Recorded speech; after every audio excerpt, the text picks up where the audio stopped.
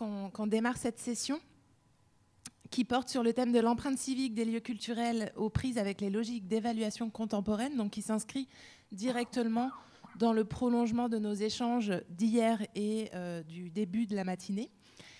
Cette session va s'articuler autour de 3 temps, de 3 interventions. Donc nos intervenants me rejoindront au fur et à mesure. Et on démarre sans plus tarder sur la première partie de cette session, autour des ressources matérielles et immatérielles avec les apports réciproques étudiés entre les territoires et les lieux culturels. Donc j'ai le plaisir d'accueillir Romain Allais. Merci d'être là. Vous êtes ingénieur de recherche à l'APESA, qui est une association labellisée Centre de ressources technologiques en Nouvelle-Aquitaine. La parole est à vous. Merci beaucoup. Ma collègue Julie Gobert, qui est plutôt chercheur en sciences humaines et sociales, n'est pas là aujourd'hui. Elle était avec vous hier. Moi, je n'étais pas là hier, je suis avec vous aujourd'hui, donc on a fait chacun une mi-temps. La présentation du jour porte sur les questionnements sur l'ancrage territorial d'un lieu culturel et d'un lieu culturel plutôt orienté musique actuelle qui est à Bayonne. Le lieu est le Magnéto, je vous le présenterai un petit peu plus loin dans la discussion. Le sujet abordé donc, de l'ancrage culturel et des interactions entre lieux et territoires fait partie d'un projet qui est un petit peu plus large que ça, qui s'appelle le projet Piano, que je présenterai très très brièvement. Si on a un moment de discussion pendant le repas, par exemple, je pourrais le présenter un petit peu plus. Et ce projet, en fait, s'intéresse à la co-construction de feuilles de route stratégiques pour le développement de ce lieu culturel en lien avec les acteurs du territoire. Et donc l'objet que je vais vous présenter sur l'analyse des ressources matérielles et immatérielles, la mobilisation des ressources territoriales, s'inscrit dans le cadre de ce projet et est un outil pour la phase de diagnostic territorial du projet. Donc les lieux culturels, on les prend comme des espaces de création, de diffusion culturelle, de partage, d'éducation, de médiation, etc.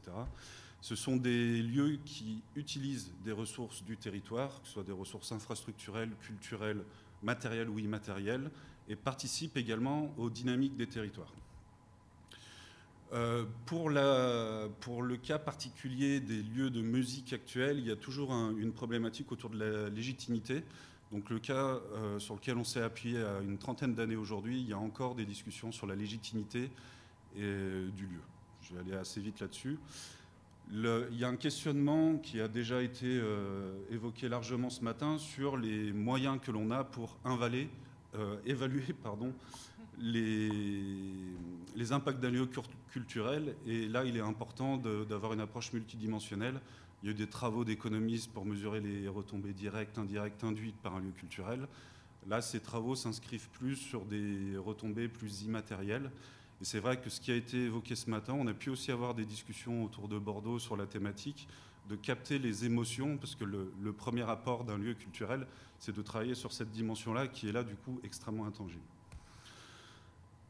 Donc les questionnements qu'on va se poser au cours du projet, donc on est encore en phase de démarrage, c'est de lier les enjeux de légitimité du champ des musiques actuelles avec la notion d'ancrage dans le territoire. Et le premier questionnement, celui sur lequel on discute ce matin, c'est surtout la question de la qualification de l'ancrage territorial.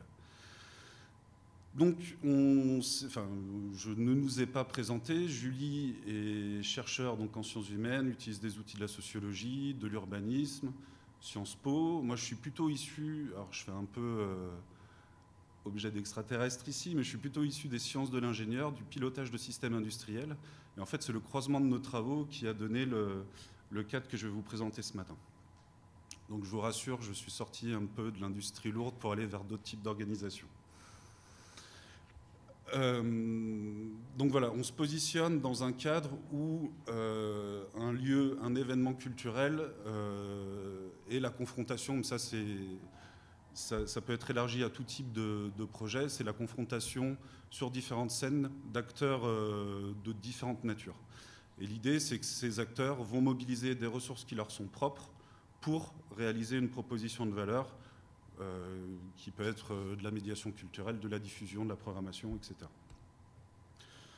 Donc on a mobilisé un certain nombre de littératures, de la géographie, de la sociologie des organisations, de la comptabilité extra-financière, de différentes disciplines, dans le but de comprendre les interactions et les modalités d'activation des ressources du territoire pour des projets, et là, dans le cas qui nous concerne, dans des projets, dans une salle de diffusion de musique actuelle. Donc voilà, on a développé un modèle au croisement de nos deux approches comme support à l'analyse territoriale, un diagnostic territorial. C'est évidemment des outils, même s'ils ont vocation en tout cas celui-là, à être universels, c'est évidemment des outils qui sont adaptés en fonction des filières, des objets que l'on va venir observer. On a pu le déployer pour des projets de recyclerie, par exemple, de réseaux de réparation territorialisés. Là, on le déploie pour un lieu culturel. Et à chaque fois, évidemment, cet outil, même s'il se veut générique, doit être bien évidemment adapté à la fois à la filière et aux spécificités vraiment de l'acteur qui est étudié. Donc le modèle qu'on a développé et qu'on a commencé à déployer dans le cadre de cette étude, alors le nom est très moche, mais c'est un modèle d'analyse spatio-temporelle des projets territoriaux qui vise à comprendre comment les ressources sont mobilisées par les réseaux d'acteurs autour d'un porteur de projet, quelles sont les ressources propres de ces acteurs, comment une partie de ces ressources sont mobilisées. Donc là, on va parler, vous avez une liste des différentes ressources, nature de ressources que l'on va aller observer. La question, enfin plutôt le parti qu'on a pris, c'était de se dire chaque organisation peut être définie par ses ressources, qui va être l'ADN quelque part de cette organisation. Donc une organisation plutôt technologique va être définie plutôt par ses ressources en R&D et en moyens de production. Un lieu culturel, ça va être d'autres dimensions, et tout le but de l'exercice qu'on est en train de faire, c'est justement de repérer ces dimensions, de les évaluer. Donc voilà, on a une approche d'abord par les réseaux d'acteurs, qualifier quelles sont les ressources propres à la structure, propres aux différents acteurs qui composent ce réseau, et ensuite comment ils viennent mobiliser les ressources du territoire dans lequel ils sont implantés, et comment ces ressources influencent le projet. Et aussi le portefeuille d'actifs de chacun des partenaires. Donc je vais vous présenter finalement le cas d'étude. Donc c'est une association, la Locomotive, donc une association loi 1901, agréée du CPOP et entreprise solidaire, donc qui s'inscrit de plein pied dans l'économie sociale et solidaire et qui le revendique, qui est implantée donc dans le sud des Landes, à Tarnos. La salle de concert, le Magnéto, le lieu de diffusion, le Magnéto, est situé dans Bayonne, dans des remparts, dans une ancienne casemate. Donc là, vous avez une image de l'arrivée. Le bâtiment que vous voyez juste devant, c'est la Rock School. Et le petit passage derrière, ça mène à la salle de concert qui est en sous-sol. Donc, comme je vous disais, là, on est dans la première phase de ce projet. Donc, c'était un appel à manifestation d'intérêt innovation sociale de la région Nouvelle-Aquitaine. Et la proposition qu'on a faite, c'était justement d'avoir un processus qui se veut le plus ouvert possible. Donc, énormément d'ateliers participatifs pour construire une stratégie à long terme partagée. Ensuite, la ramener, faire des feuilles de route à l'échelle de la Locomotive et du Magnéto, du lieu de diffusion. Et dans la phase de diagnostic, on est parti d'une approche plutôt processuelle. Donc on est allé questionner les parties prenantes internes du Magnéto. Quel est votre métier? Quelles sont vos activités? Avec qui est-ce que vous les faites? Et pourquoi vous allez voir ces acteurs? Et de proche en proche, comme ça on a pu établir le réseau de parties prenantes à partir des processus internes au Magnéto. Sont suivis des entretiens semi-directifs avec les parties prenantes internes et externes, donc des salariés, des membres du CA et ensuite les partenaires. On a fait également des focus group avec les usagers autour de la représentation du lieu et du lien qu'ils pouvaient entretenir avec le lieu. Et on essaye au maximum de coproduire les connaissances. L'objectif, un des objectifs du projet étant d'outiller justement ces démarches-là et d'être en capacité de donner les clés de la méthode, une fois qu'elle sera faite, aux porteurs de projet, aux acteurs. Donc il y a tout un travail de transfert, de pédagogie qui est à faire et de rendre les outils utiles et utilisables pour les futurs usagers.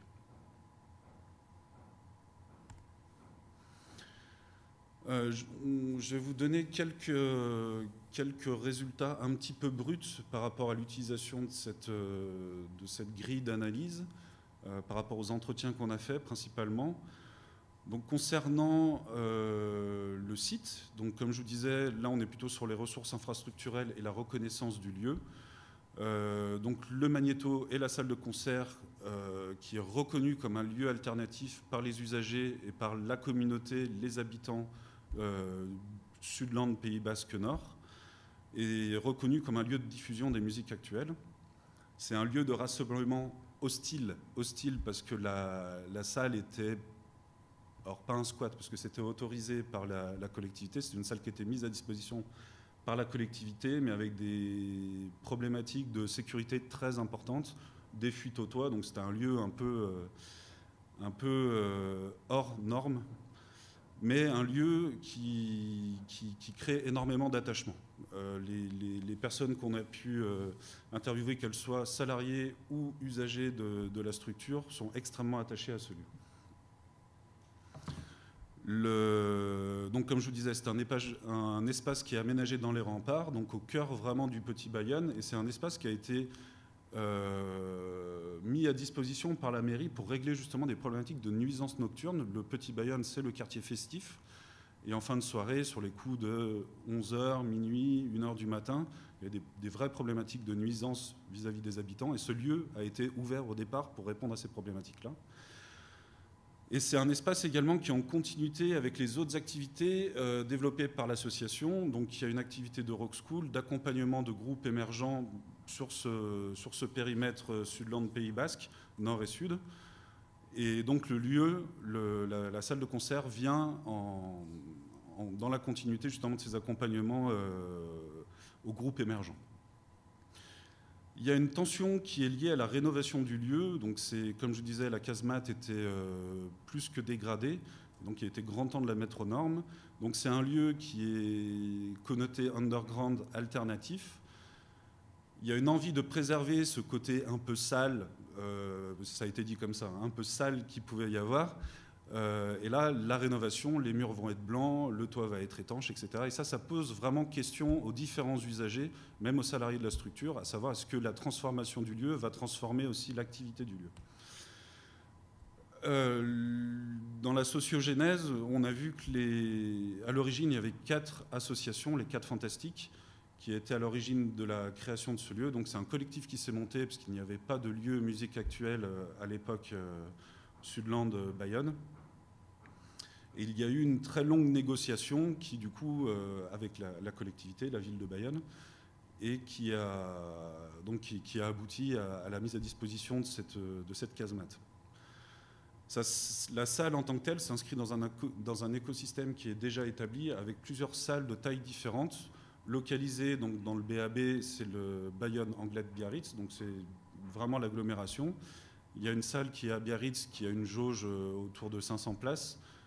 Le magnéto, on est un petit peu en dessous de 200. Et du côté des Landes, on retrouve des petites salles. On retrouve des activités similaires de rock school. Mais aujourd'hui, il n'y a pas de concurrence entre ces activités-là. Même bien au contraire, il y a des effets d'entraînement et de renforcement entre les différents lieux.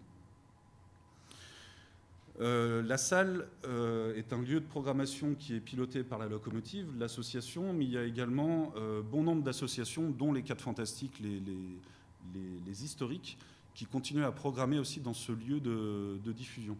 À l'arrêt des travaux, enfin à l'arrêt de l'activité de la salle pour le début des travaux, pardon, la question du lien et du lien fort qu'il pouvait y avoir avec les différents usagers, donc les publics et les usagers de la salle au sens large, s'est posé et se pose encore avec une crainte posée par les usagers, les programmateurs dans la salle, d'appropriation d'une ressource infrastructurelle, donc de cette casemate qui est un lieu public, par l'opérateur qui est en délégation de service public.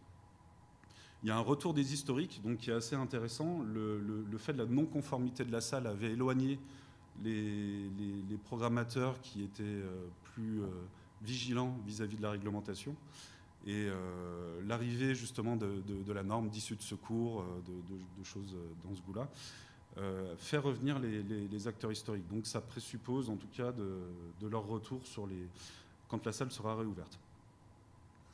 Et on voit qu'il y a un difficile consensus aujourd'hui entre les partenaires. Donc ça, c'est une deuxième étape du projet. On va essayer de non pas faire converger les avis, mais en tout cas voir où sont les points de friction entre les visions pour essayer de mettre en place de la médiation entre les différents acteurs sur les points de divergence. Donc voilà, aujourd'hui, la casemate ressemble à ça. Donc c'est vraiment un édifice historique qui est en piteux état et voilà, en cours de rénovation. Il devrait être réouvert l'année prochaine. Donc comme je vous l'ai dit un petit peu, il y a par exemple sur les enseignements musicaux, donc sur la notion de complémentarité entre les lieux existants, musique actuelle, sur les enseignements musicaux via les rock schools, il y a 3 rock schools identifiés sur le BAB Sudland, et ces 3 rock schools ont eu la bonne idée de créer un collectif pour confronter leur méthode d'apprentissage. Donc là, il y a un renforcement, il n'y a pas de mise en concurrence. Et comme je vous le disais tout à l'heure, il y a un zonage qui s'est fait assez naturellement. Il y a des complémentarités qui ont été faites, par exemple, sur les propositions d'instruments dans chacune des rock schools. Et il y a donc un renforcement par la coopération. Et voilà, je ne vais pas trop prendre de temps. Par rapport aux relations avec les collectivités, comme je vous le disais, il y a une vraie tension entre le soutien des collectivités, donc il y a des investissements qui sont lourds, portés à la fois par la mairie de Bayonne et par d'autres niveaux administratifs, le département entre autres, la région aussi, beaucoup. Donc il y a un financement qui est assez important, il y a des soutiens financiers qui sont assez importants, mais il reste toutefois une défiance vis-à-vis de ces acteurs qui sont considérés comme des jeunes punk. C'était le cas au départ, mais cette scène-là a vieilli. La scène rock aujourd'hui, c'est pas les étudiants, c'est plutôt des quarantenaires. Et ça, c'est quelque chose qui n'est pas rentré forcément, enfin en tout cas qui n'a pas été assimilé par les collectivités et les financeurs. Donc ça reste toujours, malgré les 30 ans d'existence, ça reste toujours un groupe de punk qui utilise une salle mise à disposition par la ville.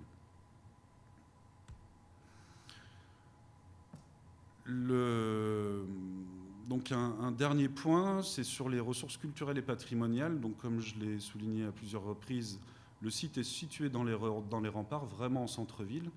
C'est une salle connue, et je dirais même que la salle est connue avant même la qualité de la programmation.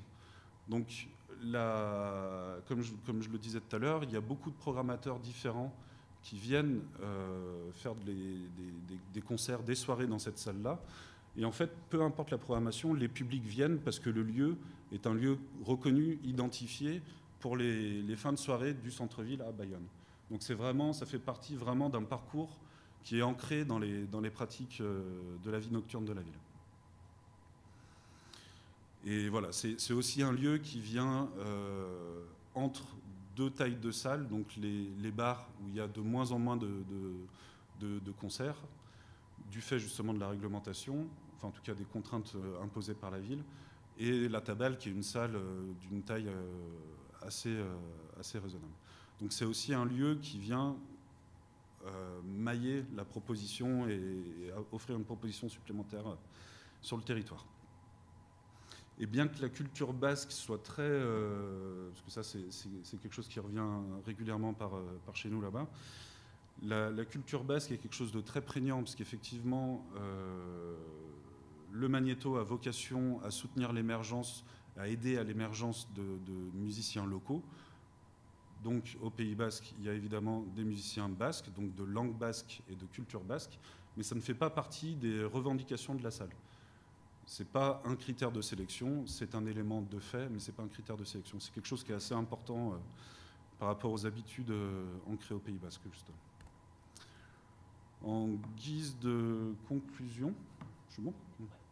En guise de conclusion, voilà, nous on a développé cet outil qui s'appuie sur une approche par les ressources matérielles, immatérielles et territoriales, qui nous sert de support à l'analyse. Donc on a voulu construire un outil le plus universel et le plus large possible. Évidemment, ce n'est pas une recette magique, ça reste un outil. Ça nous sert de grille aujourd'hui pour l'analyse des différents terrains sur lesquels on peut agir. Mais aujourd'hui, justement, la notion de donner cet outil et d'autonomiser les partenaires avec qui on travaille sur l'utilisation de l'outil, c'est un réel problème. On a encore besoin d'expertise pour utiliser cette grille de lecture. Donc on verra d'ici une petite année si on a réussi à relever cette difficulté-là, cette problématique-là. Mais c'est aujourd'hui un point qui est assez important. On va continuer le travail, développer de nouveaux focus group, des ateliers collaboratifs pour affiner justement la vision qu'on a commencé à avoir sur les problématiques du lieu et de son territoire. Voilà. Et du coup, voilà, vraiment le point central et la chose qui a souligné, c'est comment est-ce que nous, chercheurs, intervenants, on est en capacité de rendre les outils intelligibles et surtout utilisables pour les personnes qui sont derrière. On a du financement public. La vocation de ces outils-là, c'est justement d'être mis à la disponibilité et d'autonomiser les acteurs qui sont en face dans leur mesure, impact, construction de stratégie. Voilà, je vous remercie. Il y a une petite biblio, puis nos contacts. Merci beaucoup.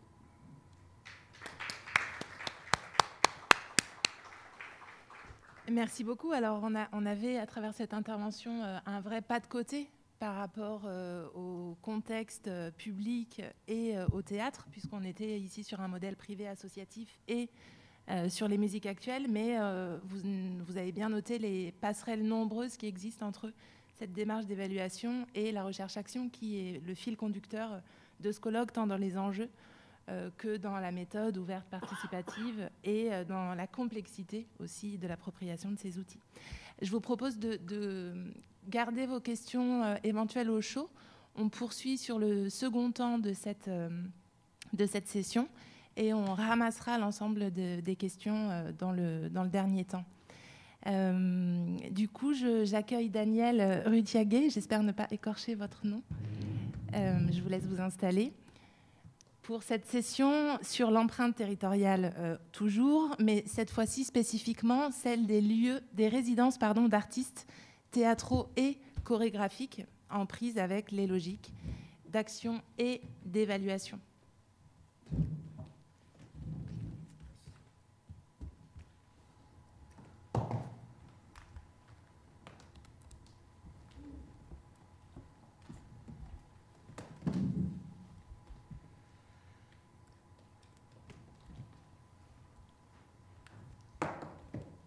Pas d'image ?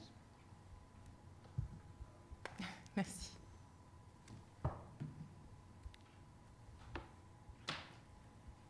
Peut-être le temps qu'on règle ce petit souci technique, j'en profite pour vous présenter. Donc Daniel, vous êtes professeur en économie. Je vais attendre.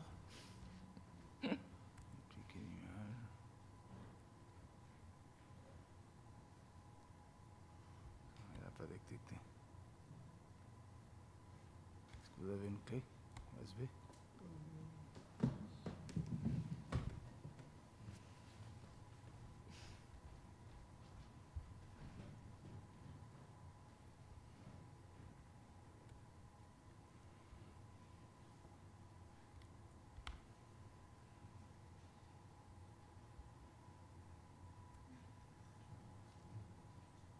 Là, il marche, mais après, je peux pas avoir les deux.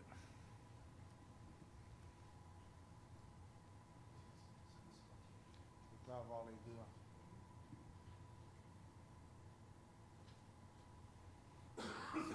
C'est peut-être compliqué pour vous.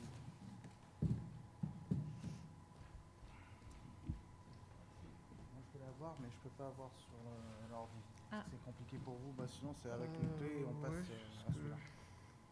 C'est une question de résolution en fait. C'est pas compatible avec un défi supplémentaire. Soit vous faites ça, soit on utilise une clé et je charge dans celui-là. Non, comme vous voulez. On va faire comme ça.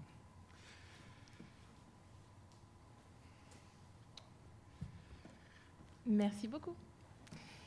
Donc, je reprends ma courte présentation. Daniel Urutiaguet, vous êtes professeur en économie et en esthétique à l'université Sorbonne Nouvelle, et donc vous allez nous parler spécifiquement des résidences d'artistes théâtraux et chorégraphiques. Je vous laisse la parole pour ne pas vous piquer du temps.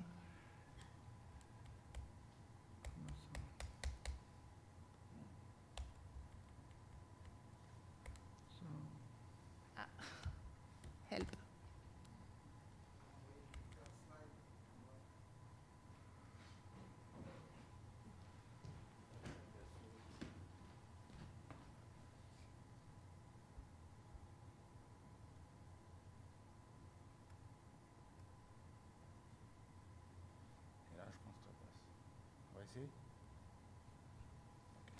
Bravo. Là, c'est bon. Ok. Ok. Donc, dans un premier temps, je rappelle la définition historique de la mission de service public qui consiste à articuler des exigences pour la production et la diffusion de spectacles et un projet d'élargissement de la base socio-démographique du public. Et cela constitue une tension donc, inhérente pour toute direction d'un établissement culturel labellisé, et que Jean Bellorini, directeur du TNP de Villeurbanne, a récemment reformulé en termes de chimère infinie, pour mettre en garde aussi sur les risques, selon lui, d'une adaptation à la diversité culturelle, notamment par le théâtre participatif. Et comme on a pu constater de façon récurrente une surreprésentation des cadres et des diplômés d'enseignement supérieur dans les publics des spectacles, les résidences d'artistes ont pu être pensées comme une solution pour avancer vers la démocratisation culturelle grâce à la permanence artistique qui devrait permettre, avec la durée de la présence de ces artistes, d'élargir la sensibilisation aux esthétiques contemporaines. Et j'ai pu être témoin de ce consensus lors du Festival d'Avignon en 2006, à l'occasion de l'édition d'un ouvrage collectif édité sous la direction de Jean-Claude Pinchenat, donc sur les portraits des directeurs des centres dramatiques nationaux. Tous les directeurs des centres dramatiques nationaux présents ont convergé pour dire « ça y est, on a trouvé la solution pour avancer dans la démocratisation culturelle grâce aux résidences d'artistes ». Cependant, j'ai mené une étude économétrique donc sur la fréquentation par représentation du forum du Blanc-Ménil, au moment où c'était une scène conventionnée qui était très investie avec un projet militant sur le territoire, donc en impliquant les compagnies résidentes dans un travail d'action culturelle de façon à tenter d'élargir le public de ces spectacles donc de théâtre contemporain ou de danse contemporaine. Et le paradoxe, c'est que j'ai pu constater, à l'inverse de cette doxa évoquée lors du Festival d'Avignon 2006, que les spectacles des compagnies résidences étaient en fait moins fréquentés que les autres. Alors comment expliquer ce paradoxe ? C'est sans doute le fait que la notoriété influence donc la fréquentation des spectacles. Comme ce sont des compagnies qui sont en cours de maturation, donc dont les spectacles ne sont pas connus de la population locale et en plus tournés vers une expérimentation esthétique, cela freine, donc malgré leur engagement dans les dispositifs d'action culturelle, cela ne suffit pas donc à densifier la fréquentation. Et par conséquent, la fonction première des résidences, elle porte plus sur l'accompagnement à la structuration artistique et administrative des compagnies en résidence. Et par exemple, Emmanuel de Marcy-Motin, Alban Richard ou Arnaud Meunier ont grandi lors de leur résidence au Forum du Blanc-Ménil. Alors, la problématique que je propose, c'est à partir de la grille de lecture conventionnaliste des économies de la grandeur de Boltanski et Thévenot, de réfléchir sur les tensions entre les différentes logiques d'action et d'évaluation, et notamment, en prenant l'exemple des résidences du Forum du Blanc-Ménil, la tension entre la logique du marché, donc selon la capacité à capter le consentement à payer des spectateurs, la logique de la renommée, qui entre en friction avec les logiques de l'inspiration artistique et de l'intérêt général défini historiquement par ce projet de démocratisation culturelle. Et pour interroger donc, la complexité des rapports des compagnies résidences au lieu et à la population du territoire au prisme de cette tension. Alors, le plan que je propose, c'est en 3 parties: les rapports de production entre les compagnies et les lieux, ensuite les rapports des artistes au public, et enfin la diversification des expériences et des identités culturelles. Alors sur le premier point, les rapports entre compagnies et lieux, Donc, il y a une étude rédigée par Frédéric Payne et Marie Degnaud, pilotée par l'ONDA, qui montre très clairement l'importance décisive de la durée pour équilibrer les temps de création, de diffusion et de rapport au public.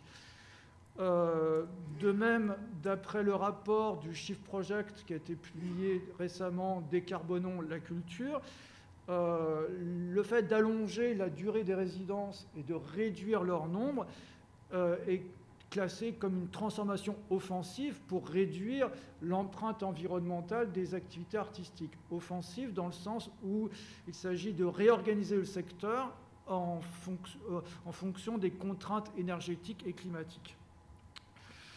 Cependant, l'étude de l'ONDA montre que la majorité des établissements culturels ne peuvent pas prendre en charge l'hébergement et la restauration. Et il y a aussi, du fait de la tendance à la réduction de la marge disponible des subventions de fonctionnement pour l'artistique, une certaine dégradation des conditions de production, une limitation de la prise de risque, ce qui conduit à une fragmentation des résidences de création et de recherche-expérimentation sur de courtes durées, et ce qui oblige donc les compagnies à multiplier ces résidences et à développer leurs frais de mission. Et d'après l'étude qui était pilotée aussi par l'ONDA sur la diffusion de la danse en France et dont j'étais le responsable scientifique, on a pu constater dans les réponses au questionnaire qu'il y avait plutôt une hausse du nombre d'artistes chorégraphiques associés, donc ce qui est la forme de résidence la plus engageante pour les deux parties, mais qu'en fait cela profitait davantage aux compagnies qui avaient un rayonnement national et international et qui sont aidées par l'État.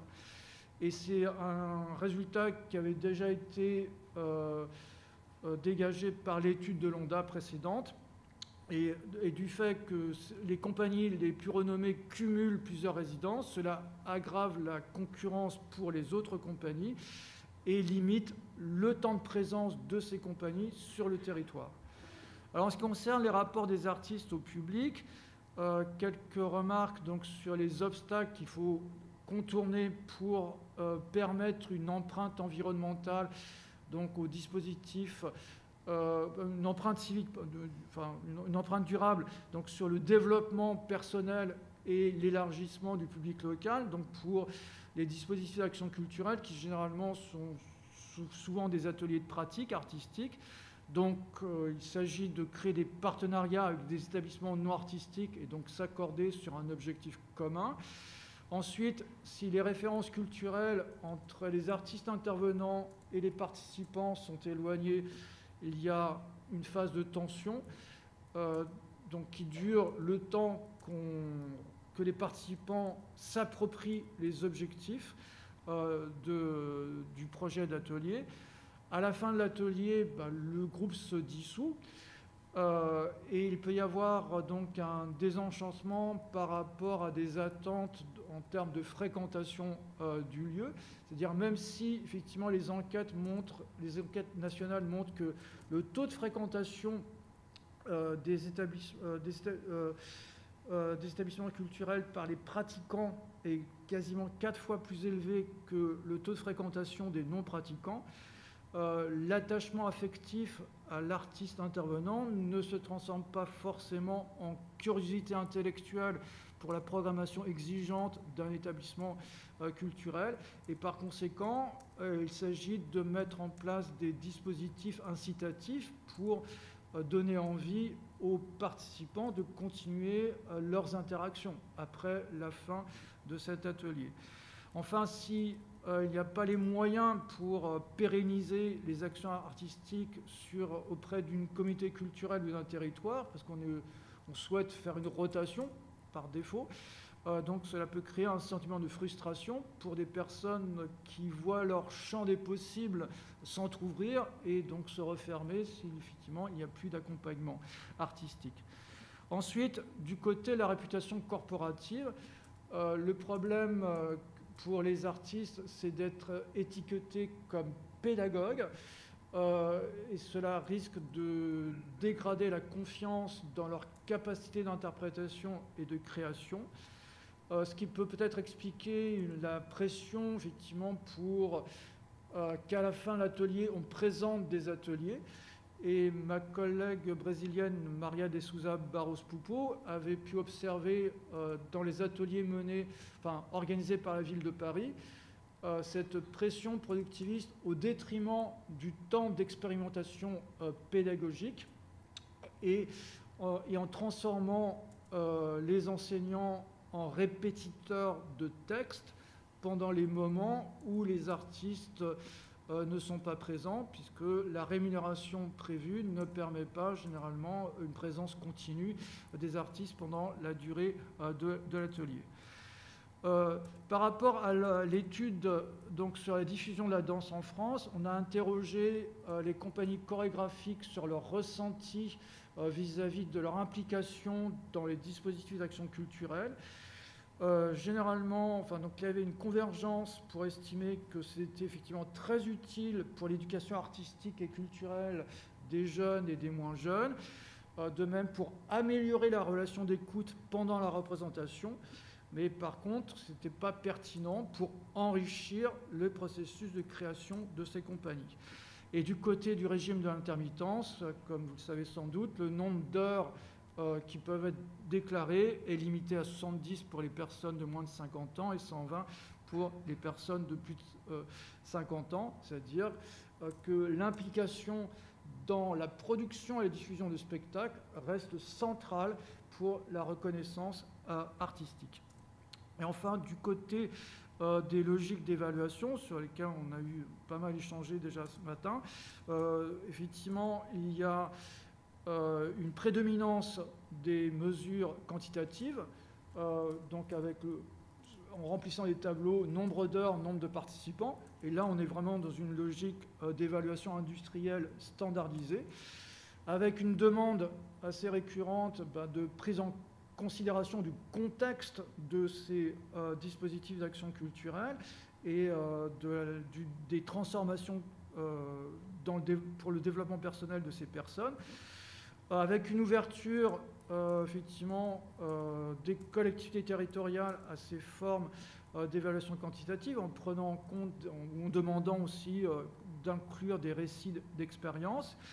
Mais à ce moment-là, cela a moyens humains et budgétaires constants, cela suppose de reconfigurer le partage du temps de travail entre la conception des ateliers, leur mise en œuvre et l'évaluation.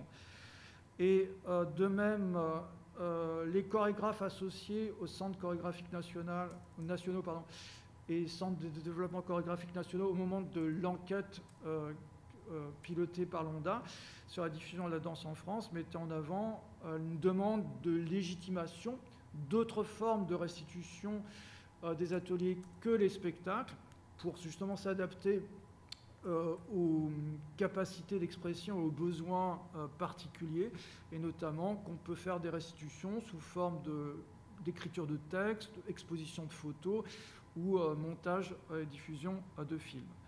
Enfin, dernier point concernant la diversification des expériences et des identités culturelles. Dans l'enquête sur la diffusion de la danse en France, on a pu constater en réponse au questionnaire que les directions des établissements culturels accordaient très peu de pertinence aux changements dans les choix de programmation pour développer les publics, que ce soit dans le sens de l'allongement des séries de représentation ou dans l'inclusion davantage de spectacles grand public ou davantage de spectacles participatifs, de spectacles professionnels avec des amateurs, de spectacles d'amateurs encadrés par les professionnels. Tout cela est jugé peu pertinent.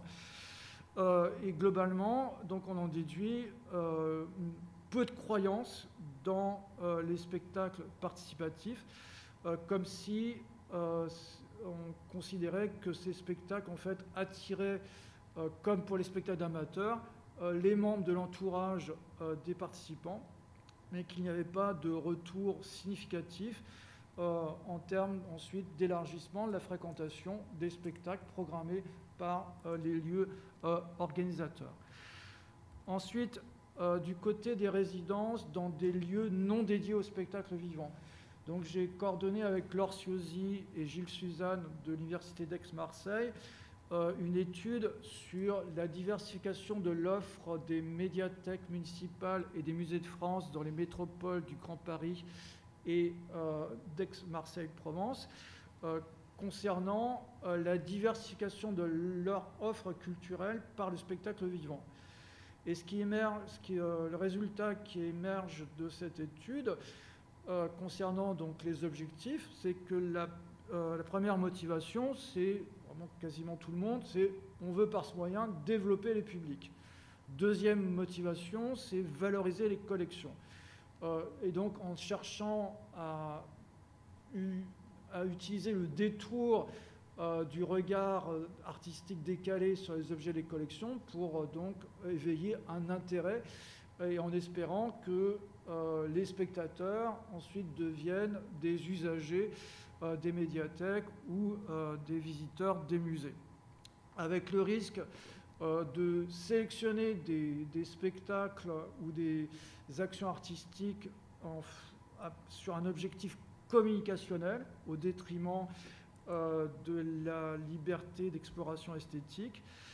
Et de fait, notamment, là, je cite Raphaël Abril, qui est un conservateur du musée de la chasse et de la nature, qui a pu constater que l'expérience qui a été menée pour permettre aux spectateurs de performances ou de spectacles ou même de projections de films organisés par le musée de la chasse et de la nature, de revenir dans le mois suivant visiter le musée de la chasse et de la nature, leur donnant un bon, en fait, c'était très peu suivi d'effet. C'est très marginal.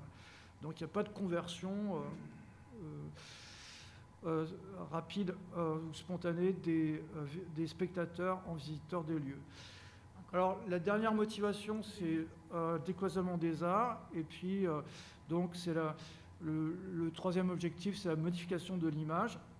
Donc en lien donc, avec la doctrine du troisième lieu d'Oldenburg, c'est-à-dire des terrains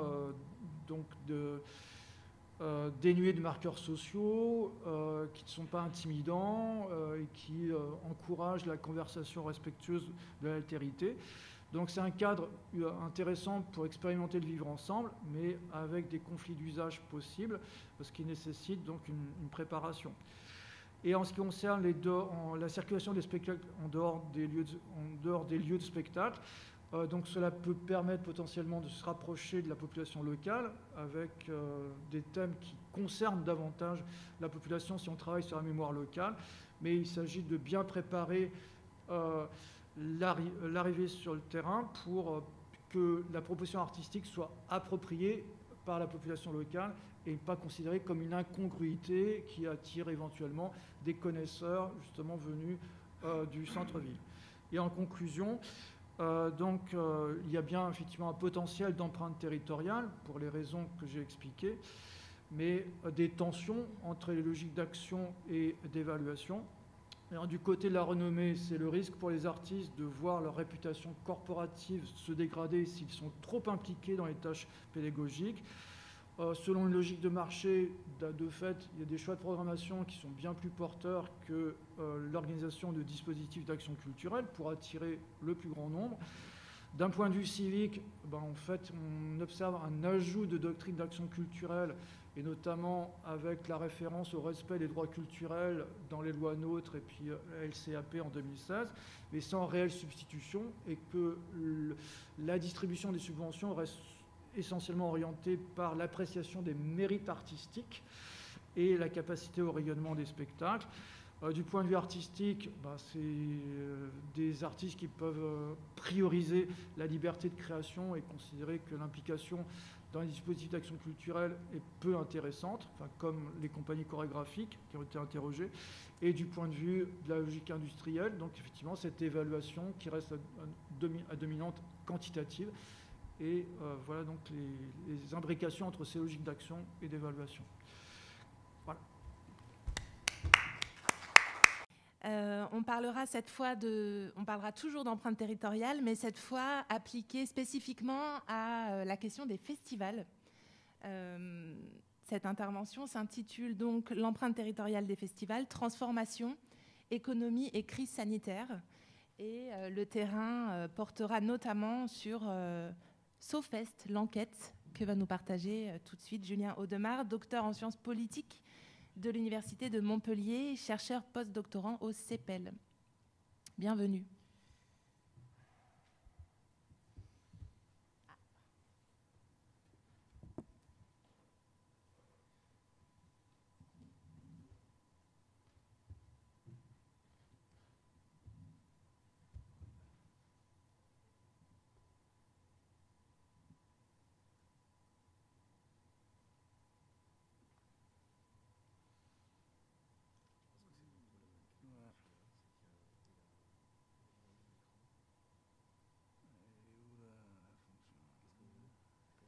Parce qu'il faut accéder, je pense que c'est F1. Celui-là.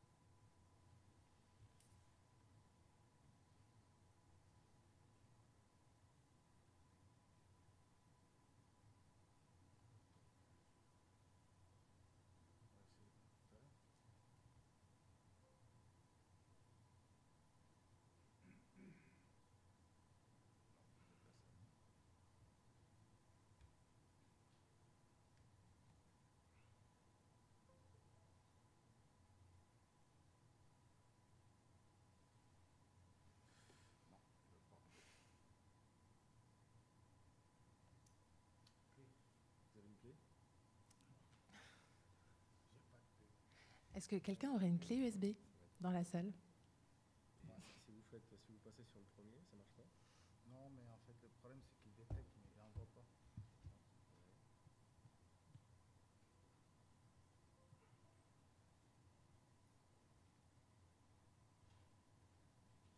On va faire ça, non? Clé USB. On a une clé, oui.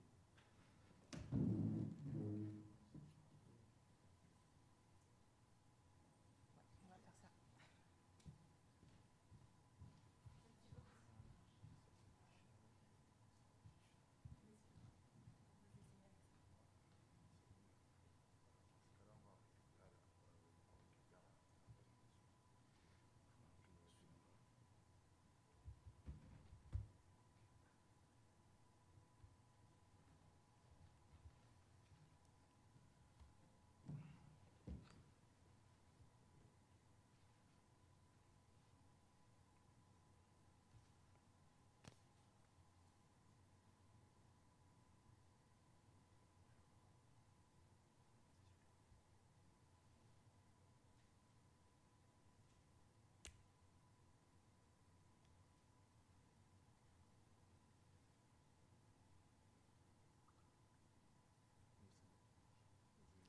C'est une manière de tester votre résistance à la faim.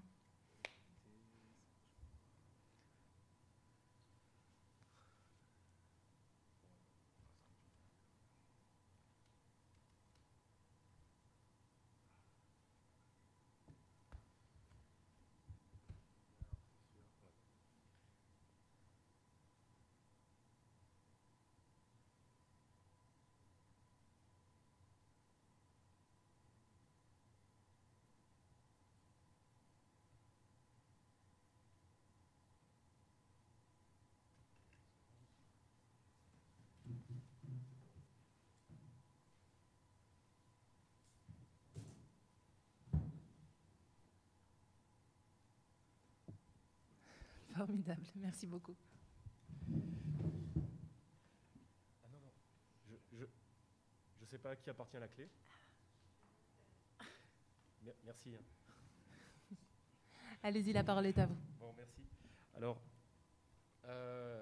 dans cette présentation, donc, je vais poursuivre deux objectifs. Alors, le premier, c'est de présenter l'enquête SOFEST qui est dirigée par, ou qui a été dirigée, puisqu'elle vient de se finir très récemment, par Emmanuel Négrier, qui est directeur de recherche au CEPEL, à l'Université de Montpellier, et Aurélien Diacoine, qui est maître de conférence à l'Université de Nanterre. Et à partir des enseignements de cette enquête, réfléchir sur la question de l'impact territorial des festivals, ou plutôt, plus précisément, et ça sera mon propos, de réfléchir sur les liens entre territoire et festival. Alors, je dirai quelques mots là-dessus en guise d'introduction, puis je présenterai l'enquête SOFEST un peu dans les détails, et j'organiserai mon propos autour de 3 points. La question des transformations de l'offre festivalière au travers des indicateurs d'activité qui ont été développés dans le cadre de l'enquête SOFEST, la question de l'économie des festivals, et enfin l'analyse du lien entre territoire et festival au travers, en quelque sorte, de l'analyse du manque, c'est-à-dire de la crise sanitaire du coronavirus et la manière dont elle a affecté la production festivalière. Ensuite, quelques mots de conclusion pour terminer. Alors, d'abord, un élément de définition que je ne vous ai pas mis ici, mais qu'est-ce qu'un festival? Donc, un festival, c'est une manifestation à caractère festif, organisée de manière récurrente, à date fixe, de manière annuelle. Donc, c'est un événement qui se répète plusieurs fois dans le temps et qui est organisé autour d'activités à caractère artistique, culturel, pourquoi pas également de loisirs.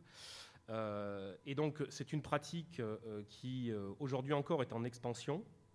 Alors, pour l'illustrer, je peux vous montrer le tableau suivant qui est tiré des données du DEPS, du département des études prospectives et statistiques du ministère de la Culture, donc qui présente les résultats des enquêtes sur les pratiques culturelles des Français entre 1973 et 2018. Donc ce que je vous ai mis ici, ce sont les taux de participation annuels des personnes interrogées aux différentes formes de sorties au spectacle. Et ce qu'on peut voir, c'est que parmi l'ensemble de ces sorties, dont certaines régressent en proportion, le festival est l'une de celles qui s'est le plus développée au cours des 30-40 dernières années. Alors, évidemment, et ça, c'est des notions dont on a déjà discuté un peu ce matin, les festivals sont les enfants de 2 créatures, si j'ose dire. Alors, d'une part, de la démocratisation de l'accès à la culture, et le tableau que je viens de vous montrer l'illustre, et d'autre part, de la décentralisation des politiques culturelles. Alors, démocratisation de l'accès à la culture, il faut, dans le cadre de la pratique festivalière, prendre cette notion avec des pincettes, puisque les publics des festivals restent, comme l'immense majorité des publics des différentes pratiques culturelles, des publics qui se distinguent, notamment de par leur niveau de diplôme, qui est beaucoup plus élevé que le reste de la population. Mais on observe au sein des publics des festivals tout de même un certain élargissement à des catégories sociales qui sont assez peu présentes au sein d'autres types de pratiques, notamment la pratique des spectacles de théâtre. Et je pense notamment au contingent de jeunes générations qui composent encore aujourd'hui majoritairement les publics des festivals. Bien que, on pourra éventuellement discuter, les publics des festivals, comme beaucoup de publics de la culture, tendent aujourd'hui à vieillir. Alors, ce qui explique en partie cela, c'est le fait que la pratique festivalière, par définition, c'est une pratique qui est protéiforme.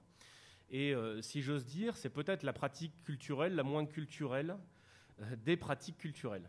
C'est-à-dire que, certes, la motivation esthétique est toujours le moteur principal de la visite au sein d'un festival. On va dans un festival parce qu'on aime écouter de la musique, parce qu'on aime voir du théâtre, etc. C'est quelque part un truisme. Mais il y a également d'autres types de motivations qu'on retrouve derrière l'engagement dans ce type de pratique, qu'on retrouve moins au sein d'autres pratiques culturelles, et notamment des motivations de type festif, mais aussi et surtout sociales. Ce qui explique pourquoi, dans une certaine mesure, vous avez des publics qui sont plutôt éloignés des pratiques culturelles, qui participent avec plus ou moins de régularité dans les festivals. Alors, enfant de la démocratisation de la culture, enfant également de la décentralisation des politiques culturelles, c'est le cas de le dire, la pratique festivalière aujourd'hui, c'est une pratique absolument territorialisée.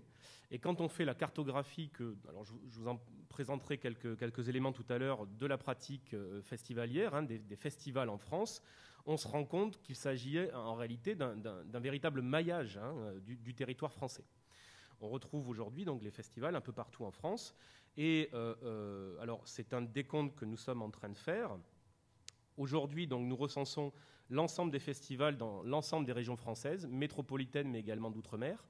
Et pour l'instant, alors que nous avons analysé uniquement 6 régions, on dénombre déjà plus de 4500 festivals. Donc la question qui se pose, c'est de savoir combien il en existe véritablement, peut-être plus de 10 000 en réalité aujourd'hui. Donc c'est vraiment une pratique massive et territorialisée. Alors, c'est cet ensemble d'éléments qui a motivé l'enquête SOFEST. Alors l'enquête SOFEST, donc, comme je l'ai dit, qui est dirigée par Emmanuel Négrier et Aurélien Diacoine, à laquelle je me suis greffé il y a un an maintenant, vient à la suite d'un ensemble d'enquêtes, de travaux qui ont été réalisés par ces 2 chercheurs depuis maintenant 10 à 15 ans, notamment sur les publics des festivals. Alors, je pourrais citer par exemple leurs travaux sur les Eurocaines de Belfort, hein, mais il y en a beaucoup d'autres.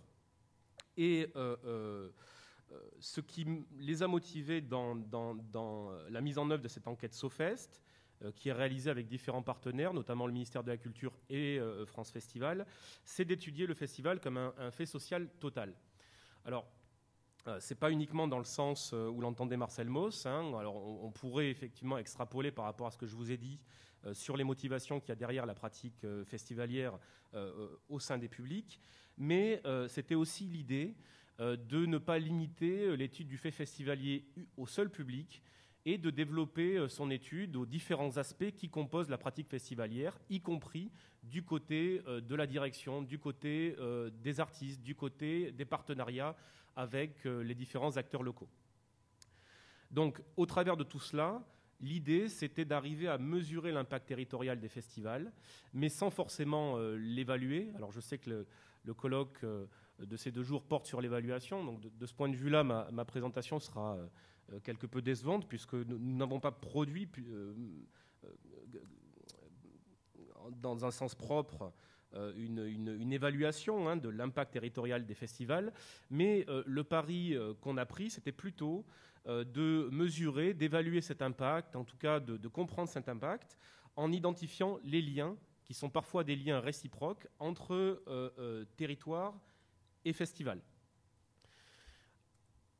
Dans cet aspect, il y avait quelque chose de particulièrement intéressant qu'on souhaitait questionner. C'était l'image un peu, l'image d'Épinal, l'image canonique des festivals, qui était celle d'événements culturels sortis comme ça un peu de nulle part et qui irradiaient, de par leur succès économique, social, culturel, les territoires dans lesquels ils se trouvaient. En d'autres termes, hein, on a souvent dans la tête, quand on pense à un festival, une grande marque, parfois un très grand événement, qui produit un impact sur un territoire quasiment vierge de toute activité économique ou de toute activité culturelle. C'est l'image d'un événement qui place une ville, un territoire sur la carte de France, voire du monde. Donc, j'ai parlé tout à l'heure des Eurocaines de Belfort. Je pourrais citer d'autres exemples, comme par exemple Jazz in Marcillac. Hein, bon, qui connaît Marcillac à part au travers de son festival. On pourrait citer pourquoi pas également le Festival de Cannes ou d'autres grandes marques comme ça. Alors, donc l'idée, c'était véritablement d'interroger cette idée et ce côté mécanique qui voudrait que ce sont les festivals qui influencent les territoires, qui impactent les territoires et pas forcément l'inverse. Donc, l'enquête SOFEST, c'est 5 volets pour prendre en compte l'ensemble de ces éléments. Donc, un volet public, un volet bénévole, un volet économie et partenariat. un volet sur les indicateurs d'activité et enfin un volet qui est apparu beaucoup plus récemment sur la crise sanitaire. D'un point de vue empirique, voici les données mobilisées dans cette enquête. Donc, c'est 26 000 questionnaires administrés auprès de publics en 2018 et 2019. C'était des publics, je crois, d'une cinquantaine de festivals interrogés en France. 184 responsables de festivals interrogés, 2000 bénévoles et plus de 100, entre 100 et 150 entretiens semi-directifs semi-directifs réalisés. Dans la prolongation de cette enquête SOFEST, il y a maintenant 1 an, nous avons lancé une autre enquête qu'on a appelée Dispositif d'observation des festivals, qui s'appelle DOF, qui visait à récolter de nouvelles réponses auprès des responsables de festivals dans un contexte de crise sanitaire. Alors, notre ambition modeste à l'origine, c'était pourquoi pas de doubler le nombre de répondants que nous avions obtenus au travers de l'enquête SOFEST. Donc, on visait pourquoi pas 300 à 400 répondants au cours de cette enquête.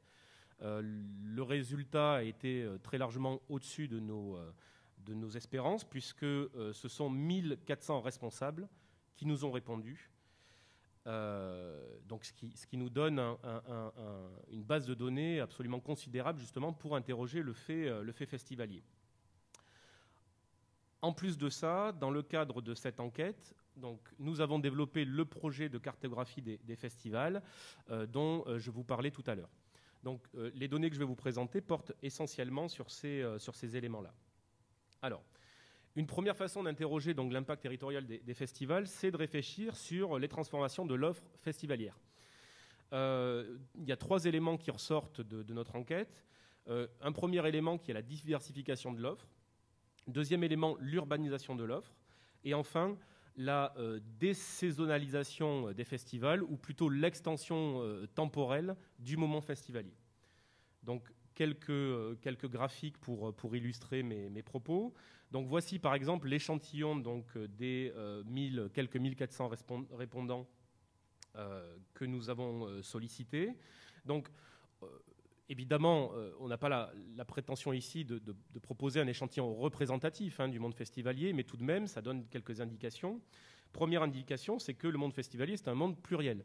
Ce n'est pas uniquement un monde centré sur la musique, même si, vous voyez, si on fait la somme de l'ensemble des festivals de musique, on a la catégorie principale, mais qui est néanmoins pas majoritaire. Et aujourd'hui, donc, se développe un ensemble de pratiques festivalières, d'offres festivalières, qui ne tournent pas simplement autour de la musique, mais également du spectacle vivant, de la littérature, ou encore des arts visuels et du cinéma.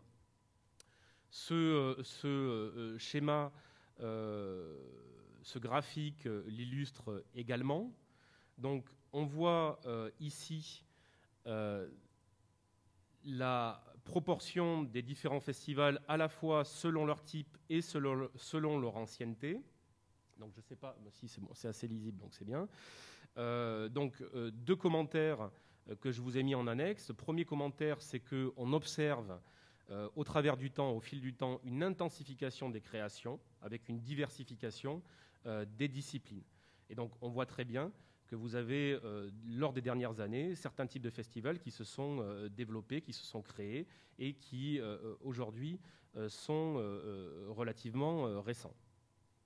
Deuxième élément, donc l'urbanisation du fait festivalier. Donc, contrairement à l'idée qu'on pourrait en avoir, le fait festivalier n'est plus aujourd'hui uniquement un fait rural. Même au contraire, c'est un fait qui est aujourd'hui majoritairement urbain, même si vous avez certains types de festivals qui combinent les différents sites et proposent des offres à la fois en milieu rural et en milieu urbain. Alors, un moyen peut-être encore plus efficace d'illustrer cela, c'est de vous montrer les cartes qu'on a réalisées à partir de notre enquête cartographique. Donc, ces cartes, elles illustrent l'évolution au travers du temps de la création des festivals, territoire par territoire. Donc, je vais vous présenter 2 territoires. Ici, c'est la région Nouvelle-Aquitaine. Un peu plus tard, je vous présenterai l'Occitanie. Les cartes sont à l'échelle des EPCI. Les fonds de cartes représentent les populations des EPCI. Plus elles sont foncées, plus la population est importante. Donc vous voyez, par exemple, apparaître ici la métropole bordelaise. Donc la première carte ici représente donc les festivals dans les années avant 1990. Donc les carrés représentent en fait les carrés représentent le nombre, la taille des festivals le nombre de festivals par EPCI, excusez-moi. Donc si on avance un peu dans le temps et si j'avance aussi un peu dans ma présentation, ouais. Donc on voit ici que ça progresse de manière quasi exponentielle et surtout que, évidemment, ça s'urbanise. Vous voyez le poids relatif des grandes métropoles et notamment de la métropole bordelaise par rapport à l'ensemble du territoire. On pourrait faire exactement la même démonstration avec l'Occitanie.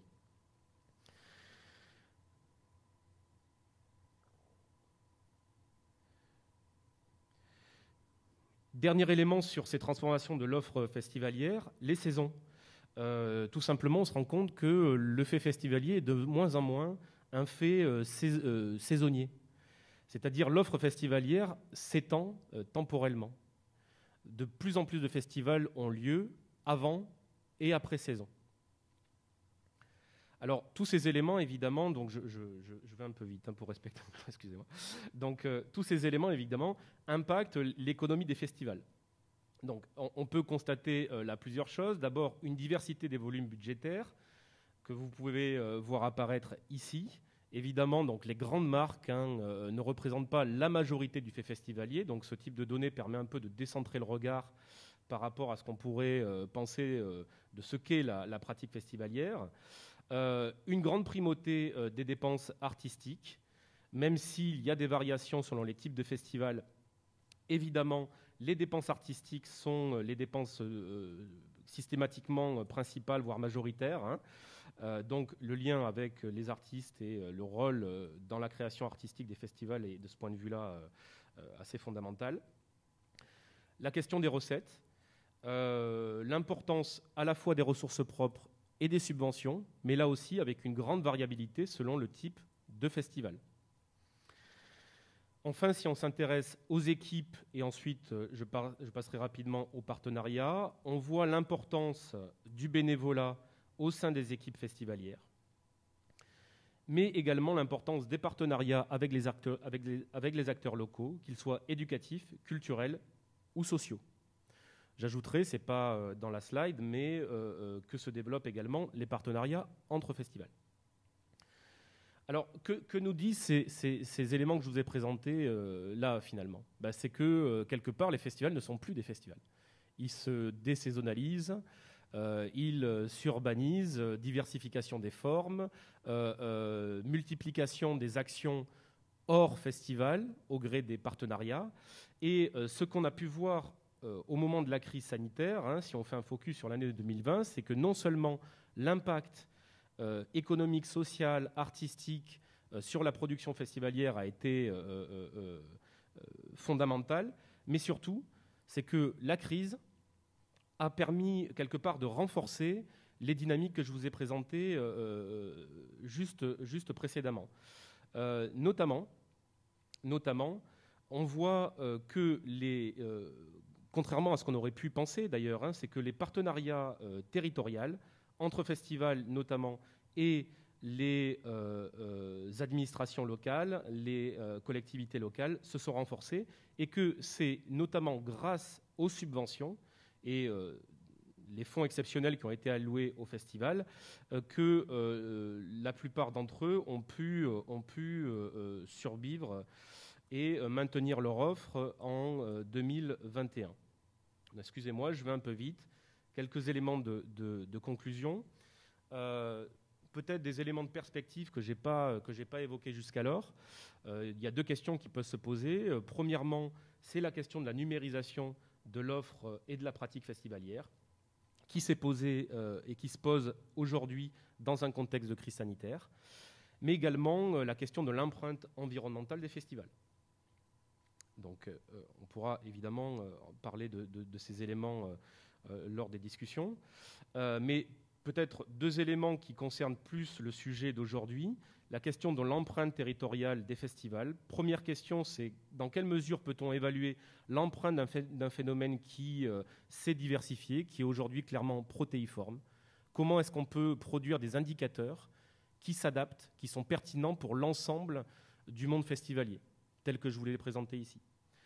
Deuxièmement, la question qui se pose, c'est est-ce qu'on n'est pas passé de l'empreinte des festivals sur les territoires à l'empreinte des territoires sur les festivals? Les éléments que je vous ai présentés, donc l'extension temporelle, l'urbanisation, la diversification, fait que les partenariats se sont développés. Je ne l'ai pas évoqué également, mais on a assisté au cours des dernières années également à la régionalisation des publics. Donc on a là tout un microcosme qui est de fait ancré dans un territoire qui influence aussi la production festivalière. Donc il y a une question qui se pose de ce point de vue-là, c'est la question inverse, c'est qu'est-ce que les territoires font à ce type de pratique culturelle. Voilà. Merci beaucoup. Cette approche de l'empreinte par le biais des festivals est particulièrement intéressante et elle suscite beaucoup d'interrogations, notamment sur la question des modèles de festivals, puisqu'on a un phénomène d'émergence des grands groupes dans le pilotage et la production de festivals, et on peut s'interroger sur la place des acteurs publics, du coup, que vous rappelez, dont l'importance revient sur le devant de la scène dans un contexte de crise. Je vous invite peut-être à synthétiser vos questions, de sorte que nous finissions au plus tard à 13h. On va faire passer le micro dans la salle, et nos intervenants peuvent peut-être nous rejoindre sur l'estrade.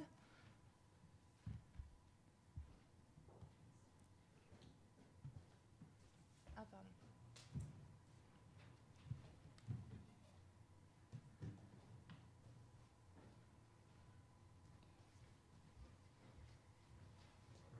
Une première question.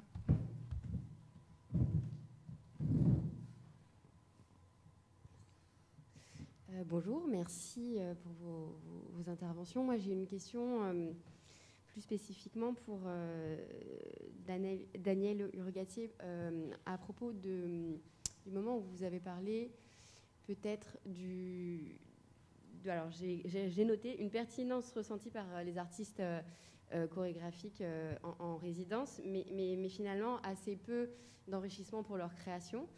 Et du coup, je voulais vous demander si vous pensiez que c'était spécifique à la danse, parce que mon retour sensible et un peu naïvement, moi je représente le département de l'Essonne, donc je sais bien que évidemment les artistes en résidence en théâtre ne vont pas me dire qu'ils ne dégagent qu'une marge artistique dans le fait de faire des résidences, mais bon, j'osais penser que ils se nourrissaient également des résidences artistiques dans l'écriture de leurs projets artistiques.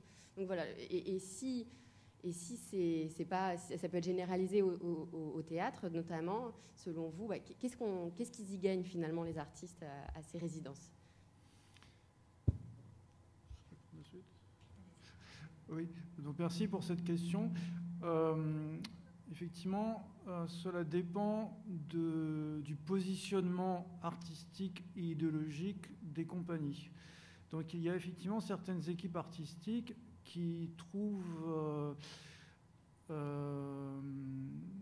très utile effectivement de s'impliquer dans ces dispositifs d'action culturelle, de dialoguer avec des univers de référence différents, et qui mobilise effectivement le travail effectué avec des habitants de façon assez horizontale pour nourrir leur processus de création artistique. Dans l'enquête sur la diffusion de la danse, en fait, c'est la position majoritaire. C'est-à-dire qu'il y avait une différence énorme entre le relatif consensus pour dire que c'est tout à fait pertinent pour améliorer la relation d'écoute pendant la représentation, et notamment on voit bien quand un public est préparé, on a des très bonnes questions à l'issue des représentations. Mais par contre, effectivement, un manque d'intérêt pour le processus créatif, avec une nuance.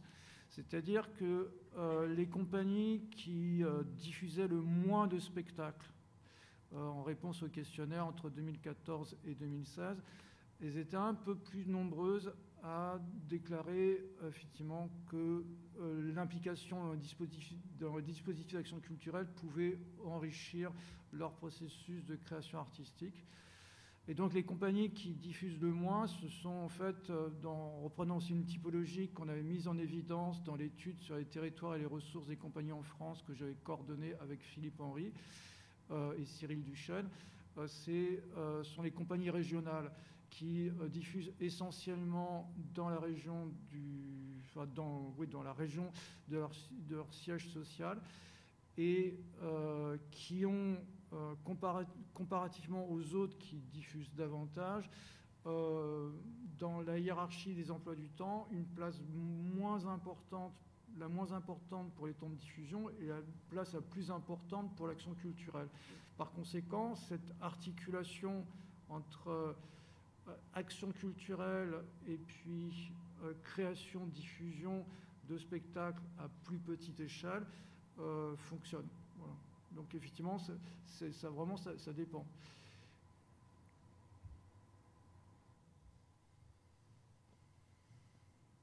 Merci. C'est un peu pour poursuivre dans la discussion. En fait, la question de la résidence, pour moi, le problème, c'est qu'il y a un problème de définition parce qu'il y a énormément de résidences très très différentes et du coup, je pense qu'il ne faut pas tirer de conclusion par rapport à cette idée qui est importante, mais que les artistes, dans leur rapport à la résidence, je pense que c'est différent selon le type de résidence, mais là, il y a quelque chose de très fin à creuser, quoi.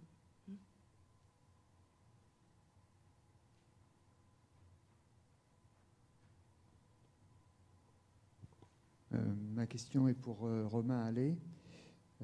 J'ai compris qu'au travers du modèle d'analyse spatio-temporelle que vous proposez ou que vous développez, je ne sais pas si c'est un produit fini ou en tout cas quelque chose qui est en cours de construction, pour avoir une approche différente et en l'espèce pour vous de l'ancrage d'un lieu culturel de diffusion de la musique sur son territoire. Alors l'outil s'est complètement effacé, on ne l'a pas vu, enfin, en tout cas c'est allé vite, juste une diapositive où on voit des principes très rapidement. Et comme, si j'ai bien compris, il aurait vocation à être utile pour faire des mesures ou des appréciations sur d'autres territoires, voire d'autres modalités culturelles, j'ai deux questions. La première, c'est est-ce que tout ce qui a décliné après la présentation de l'outil, qui a été très rapide,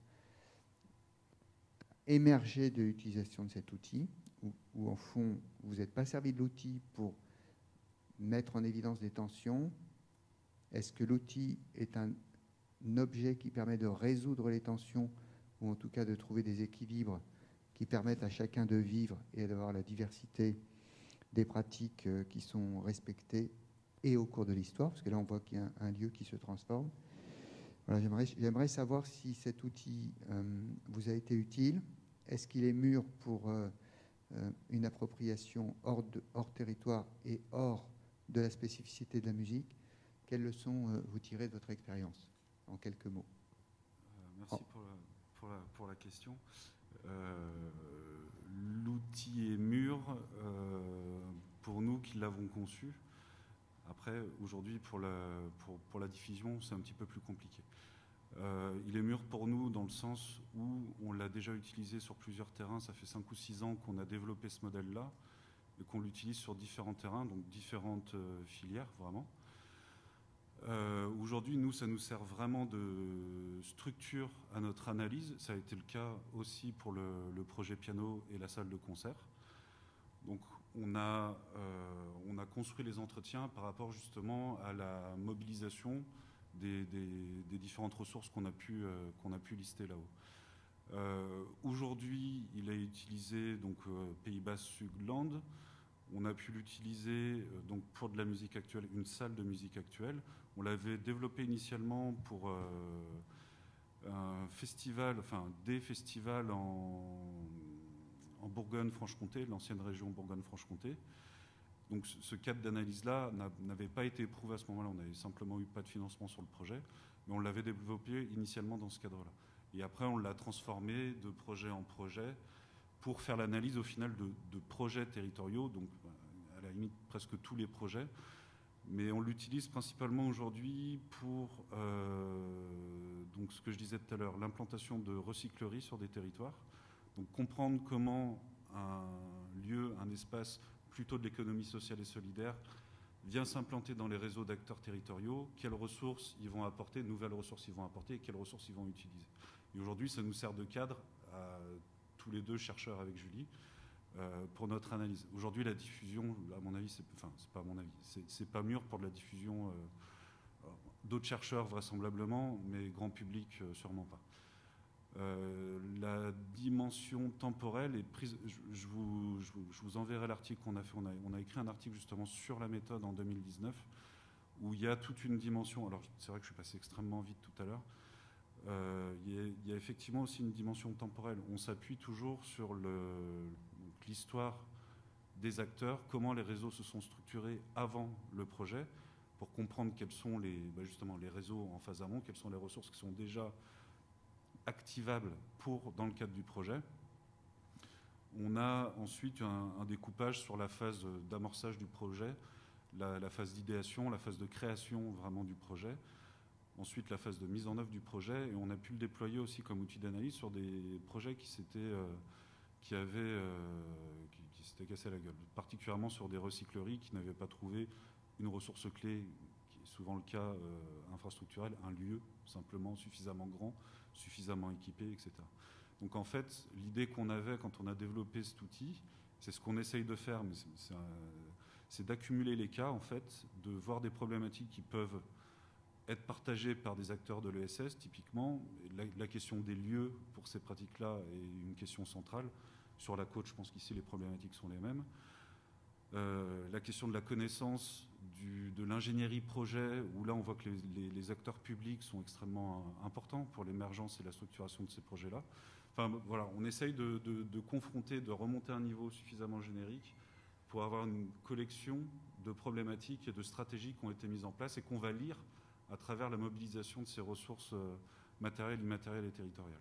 C'est ce qu'on essaye de faire à travers des cas qui sont du coup assez diversifiés. Et le gros challenge du projet Piano, ça va être d'extraire suffisamment d'éléments utilisables pour les acteurs. Et aujourd'hui, c'est vraiment pas évident. Mais c'est un vrai problème, l'appropriation et la transmission, ça va être compliqué. Je me tourne vers nos hôtes. Est-ce qu'on prend une dernière question avant de clôturer la session? Il y a Elisabeth aussi qui est là pour veiller au grain. Okay. Si on veut avoir le temps de déjeuner, je pense que c'est peut-être bien de...